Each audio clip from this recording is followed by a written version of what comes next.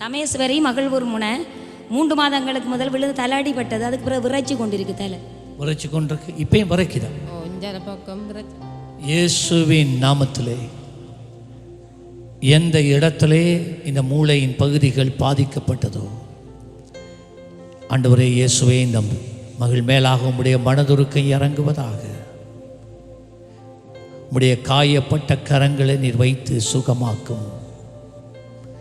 இந்த விரைப்பை பார்த்து நீ இருப்பதில்லை லீவ் பாருங்க. இப்போ அந்த விரைப்பு இருக்கான்னு இல்லாட்டி எப்பயுமே இருக்கும்.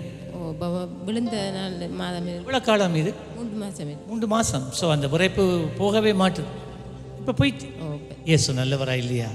ஆண்டவர் உங்களை ஆஸ்வதிப்பார்.